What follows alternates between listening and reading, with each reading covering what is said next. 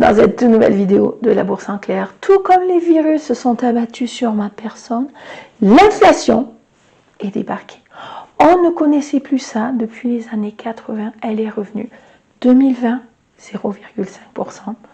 2022, 6,5%. Autant vous dire que votre pouvoir d'achat est en danger. Vous l'avez déjà constaté, vous l'avez senti. Dans cette vidéo, l'objectif de cette vidéo est de vous montrer, de vous donner quelques clés pour vous permettre d'aller chercher sur les marchés financiers ce que l'inflation est en train de vous grignoter. Comme chaque fois, avant de commencer, n'hésitez pas à me faire part de vos remarques, de vos questions, de vos commentaires, juste en dessous, dans la barre des commentaires. Si ces vidéos vous plaisent, pensez à vous abonner, ça me fait toujours extrêmement plaisir. Bon, mais je pense qu'on peut y aller. Allez, c'est parti.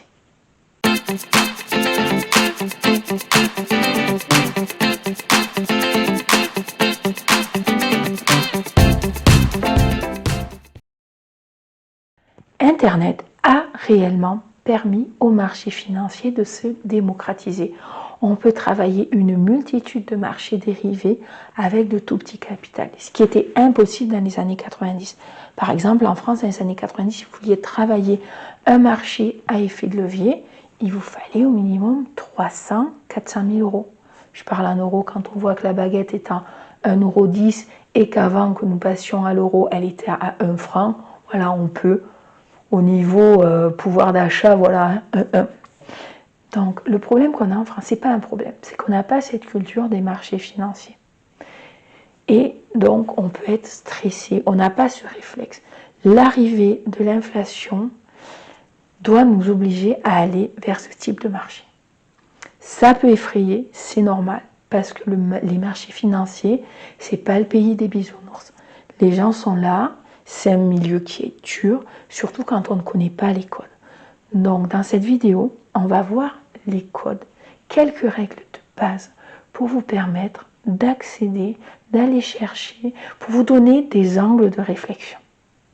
On commence de suite avec une première approche. Donc, dans cette première approche, on va travailler les cycles économiques. Alors, qu'est-ce que c'est qu'un cycle économique? Les cycles économiques, c'est comme le cycle de vie de l'humain, d'une entreprise ou d'une économie en général. C'est-à-dire que vous avez des phases de croissance, de stagnation, de destruction, de croissance. Vous avez Gann qui a théorisé ce système de façon très pertinente. Donc dans cette approche, le but c'est de surfer un cycle. Donc comment ça se passe? Quel type de produit, quel type de marché il faut trouver pour pouvoir travailler une tendance sur le long terme? Si vous avez beaucoup d'argent, vous pouvez travailler les actions. Les actions, le problème qu'on a, c'est qu'il faut analyser action par action. L'idée dans cette approche, ça va être de travailler les indices. Car les indices, vous pouvez aller regarder par exemple les cotations de l'indice du CAC 40 sur 15-20 ans. Vous voyez très bien les cycles de marché, les créations, les destructions, les stagnations. Comment ça se passe concrètement? L'objectif, ça va être d'aller chercher un produit financier qui suit un indice, de se positionner et de suivre ce cycle pendant 1, 2, 3 ans. Les cycles haussiers durent généralement entre 1 et 5 ans. Les cycles baissiers sont plus courts et durent généralement entre 1 et 3 ans.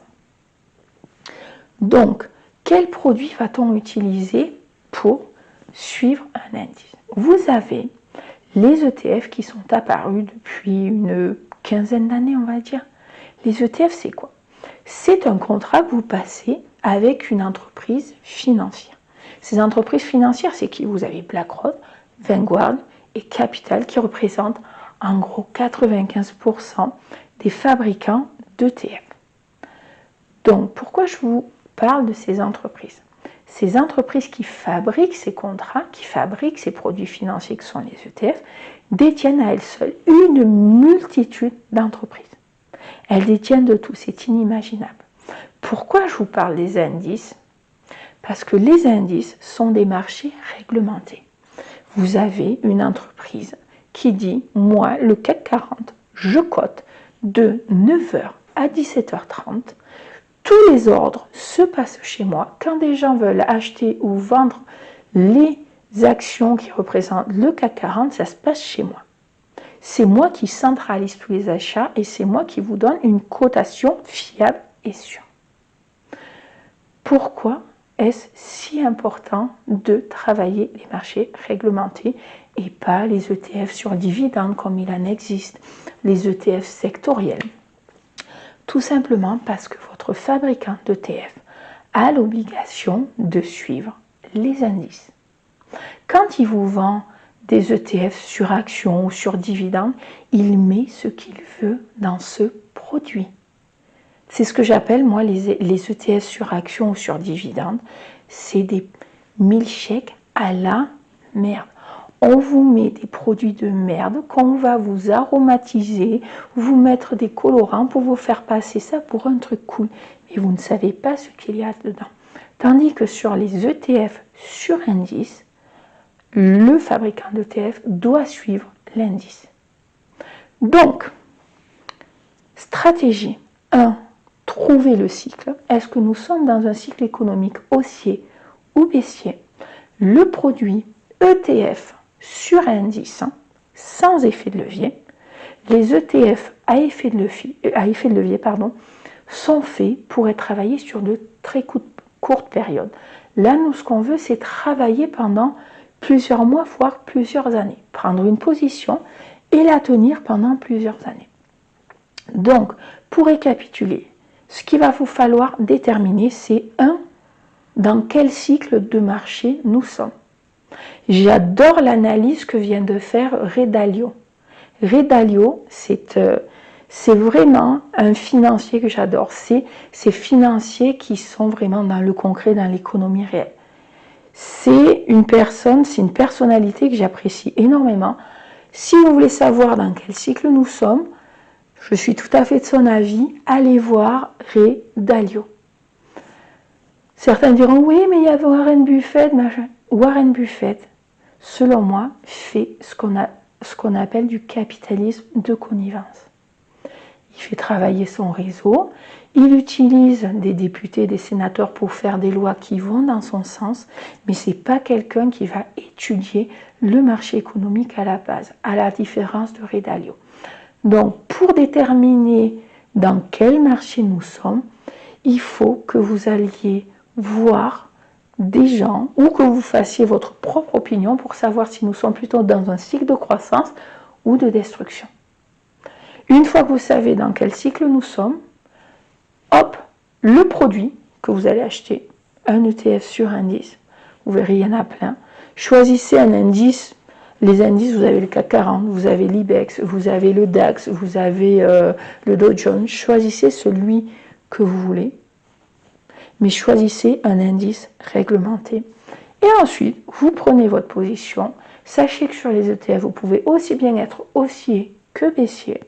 Et vous surfez le mouvement pendant 1 an, 2 ans, 3 ans. Maintenant, nous allons passer à la deuxième approche. C'est parti. Donc, la deuxième approche, elle est plutôt faite pour si vous avez raté le lancement du cycle, que vous prenez le cycle alors que déjà il est bien entamé depuis plusieurs mois. Quand on a raté un mouvement long, c'est pas la peine de le prendre en plein milieu parce que vous allez prendre plus de risques que les bénéfices que ça va vous apporter. Donc dans ce cas, il vaut mieux travailler une autre approche. Donc l'autre approche, ça va être une approche plus trading. Qu'est-ce que ça veut dire? Ça veut dire qu'il va vous falloir travailler les connaissances liées à l'analyse technique. Il va vous falloir connaître une figure, maîtriser une figure, savoir lire une figure et travailler uniquement ce mouvement. Quel marché faudra-t-il dans cette approche? L'idéal, toujours selon moi, c'est le Forex. Pourquoi le Forex? Parce que c'est un marché qui est ouvert du dimanche soir 23h au vendredi soir 23h. Donc en travaillant, vous pouvez placer des ordres sans aucun problème. L'autre avantage, c'est que vous pouvez commencer avec un tout petit compte, 25, 50 euros. Donc, le marché, l'approche, l'analyse technique. Et l'objectif, ça va être vraiment d'y aller, mais sur de courtes périodes. C'est-à-dire qu'en 2-3 mois, il faut que vous ayez récupéré ce que l'inflation aurait mangé sur votre compte. Qu'est-ce que ça veut dire concrètement? Vous avez un compte de 1000 euros. Ouais, on va dire, allez, 10 000 euros qui dort et qui est en train de se faire bouffer par l'inflation. Ce que vous pouvez faire, vous mettez par exemple grand max 400, 500 euros sur un compte Forex et vous allez travailler votre mouvement. Ça veut dire qu'il faut que vous connaissiez le mouvement que vous cherchez, cette figure particulière d'analyse technique avec laquelle vous êtes super à l'aise. Ça veut dire surtout qu'il faut que vous ayez des connaissances. Vous allez travailler ça et en l'espace de quelques mois, vous allez récupérer ce que l'inflation vous a mangé. Une fois que c'est fait, on clôture les comptes, on prend les bénéfices, paf, pif, pouf. Donnez-vous 4, 5, 6 mois pour récupérer ce que l'inflation vous a mangé. Si vous n'avez jamais fait de trading, apprenez d'abord. Vous aurez le temps d'aller récupérer ce que l'inflation vous aura mangé. Donc, pour résumer, première approche, c'est vraiment quand le cycle va s'enclencher. Travail des ETF, on surfe. Si vous avez raté la première approche, utilisez le marché du Forex pour aller chercher ce que l'inflation vous a mangé en mettant une toute petite partie de votre capital. Dans la deuxième approche, il vous faudra acquérir du savoir en analyse technique, en gestion du risque et surtout trouver le mouvement que vous maîtrisez. Le mouvement que vous aimez est peut-être différent de celui que j'aime et que je maîtrise. Donc, deux approches. L'idéal, c'est sûr, quand on est débutant, c'est la première, c'est se mettre quand le cycle va commencer. Si vous avez raté, vous avez toujours la deuxième approche. J'espère que cette vidéo vous aura permis d'y voir un petit peu plus clair. Nous, on se retrouve la semaine prochaine pour une nouvelle vidéo de la Bourse en clair avec un petit peu plus de foi, j'espère, décidément. Au revoir.